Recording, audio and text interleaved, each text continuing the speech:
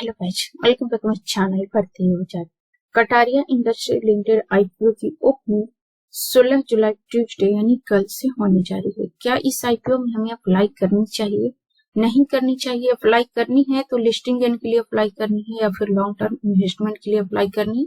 इसमें कितना listing gain मिल सकती है? इसकी जीएमपी क्या चल रही है? अनलिस्टेड मार्केट में अपने इन्वेस्टरों को कितना बेनिफिट दे रही है? इसकी बिजनेस मॉडल क्या है? फाइनेंशियल परफॉर्मेंस कैसा है? इन सारे टॉपिक को हम लोग इन डिटेल में डिस्कशन करने वाले हैं।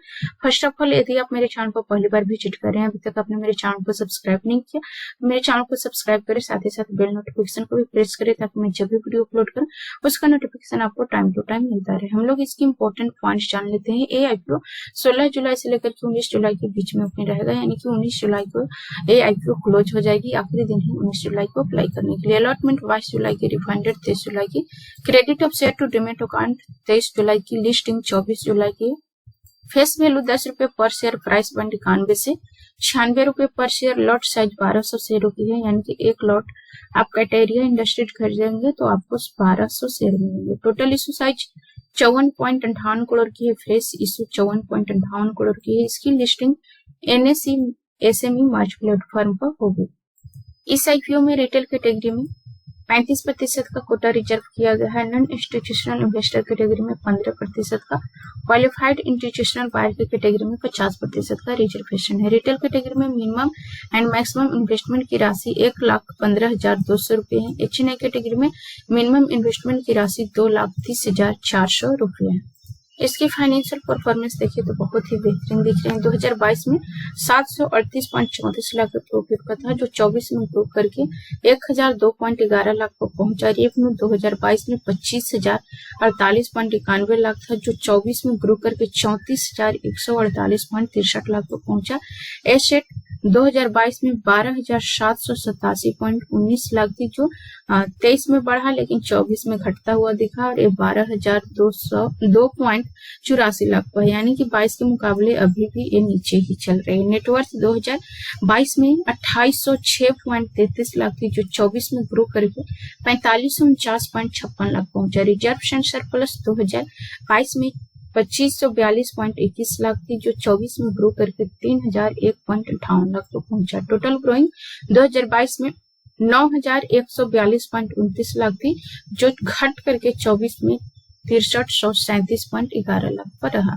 तो यहाँ पर फाइनेंशियल इसकी स्थिति ठीक ठाक दिख रही है। अगर मुझे रेटिंग देना हो तो मैं इसमें 10 में से 7 रेटिंग देना चाहूंगी। रिटर्न ऑफ इक्विटी 24.53% है, बहुत ही बेहतर।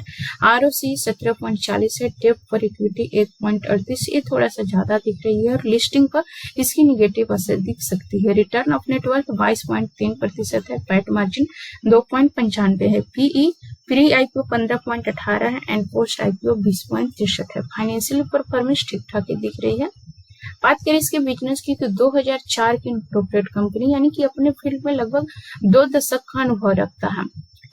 एक मैन्युफैक्चरर एंड सप्लायर कंपनी है जो low relaxation pre stressed concrete standards and steel wire की मैन्युफैक्चरिंग करती है, यानी कि LRPC standards and steel wires, post tensioning and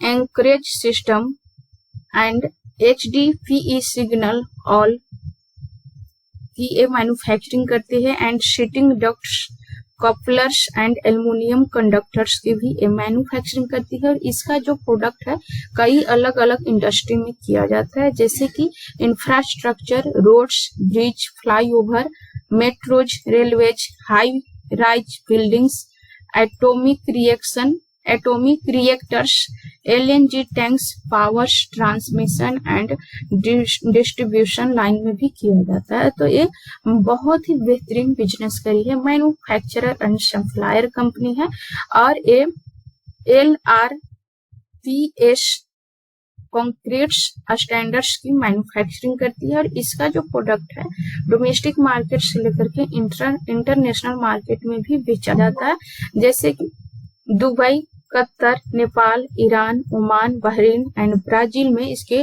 product का एक्सपोर्ट किया जाता है और बहुत ही अच्छा रेवेन्यू जनरेट करती है। इसके पास 71 परमानेंट वर्कर्स हैं एंड 200 अदर ठेकेदार हैं और इसके पास 2 मैन्युफैक्चरिंग फैसिलिटी है जो कि ISO द्वारा प्रमाणित है और इसके पास 2 मैन्युफैक्चरिंग फैसिलिटी है। 19-20 में इसकी मैन्युफैक्चरिंग कैपेसिटी लगभग 19,830 मीट्रिक टन थी, जिसको ये ग्रो करके अभी फिलहाल इसकी मैन्युफैक्चरिंग कैपेसिटी है जो 38,000 मीट्रिक टन पर ईयर हो चुकी है। तो ये अपने बिजनेस को लगातार ग्रो कर रहे हैं और ये धीरे धीरे अदर बिजनेस में भी अप्लाई कर रही है और एक कॉमर्शियल प्रॉपर्टीज में भी इन्वेस्ट कर रही है, यानी कि रियल एस्टेट में ये निवेश कर रही है और इसके पास 2 कॉमर्शियल प्रॉपर्टीज है जो किराए पर दे करके पैसा कमाती है और इसके पास 71 एम्प्लॉय हैं, साथ ही 200 इसके पास कॉन्ट्रैक्ट लेबर है यानी कि ठेकेदार है जो इसके बिजनेस में काफी ज्यादा मदद पहुंचाती है। तो इसकी बिजनेस बहुत ही बेहतरीन बिजनेस दिख रही है, यूनिक बिजनेस मॉडल है, फाइनेंशियल परफॉर्मेंस भी ठीक ठाक दिख रही है, बेहतर है। अब हम लोग इसकी जीएमपी देखें, इसकी जीएमपी की ओपनिंग 12 जुलाई को 45 रुपए पर हुई थी, आज ये ग्रो करके 50 रुपए पर पहुंचे हैं, यानी कि अनलिस्टेड मार्केट में अपने निवेशकों को 52.8% की बेनिफिट दे रही है, 146 पर ट्रेड कर रही है और जैसे जैसे इस आईपीओ की डिमांड बढ़ेगा जीएमपी भी बढ़ेगी क्योंकि यूनिक बिजनेस मॉडल है, साथ ही साथ फाइनेंशियली भी ठीक ठाक है। थोड़ा सा डेप्ट है, कुछ खास निगेटिव असर नहीं दिखाएगा, लेकिन हाँ उसका निगेटिव असर रहेगा क्योंकि डेप्ट है।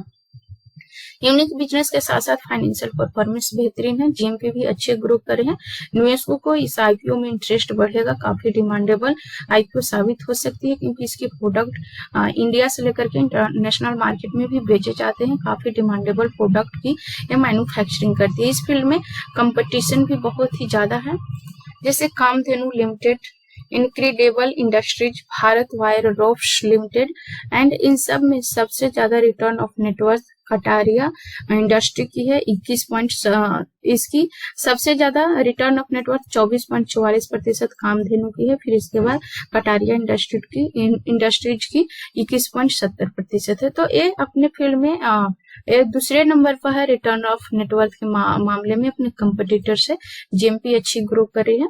बाकी इस आईपीओ में निवेश करने या न करने का डिसीजन आप लोग का होना चाहिए क्योंकि यूनिक बिजनेस है, फाइनेंशियल परफॉर्मेंस भी ठीक ठाक ही है, एक अच्छा लिस्टिंग गेन के साथ बाद में मल्टीप्लाई रिटर्न्स बना करके दे सकता है, 2x 3x का भी रिटर्न्स बना करके बाद में दे सकता है, एक अच्छा लिस्टिंग गेन मिल सकती है क्योंकि एनएसई की जो 90% सर्कुलर अपडेट आया है उसके बाद से किसी भी आईपीओ की लिस्टिंग 90% के ऊपर नहीं हो सकती एसएमई की आईपीओ की।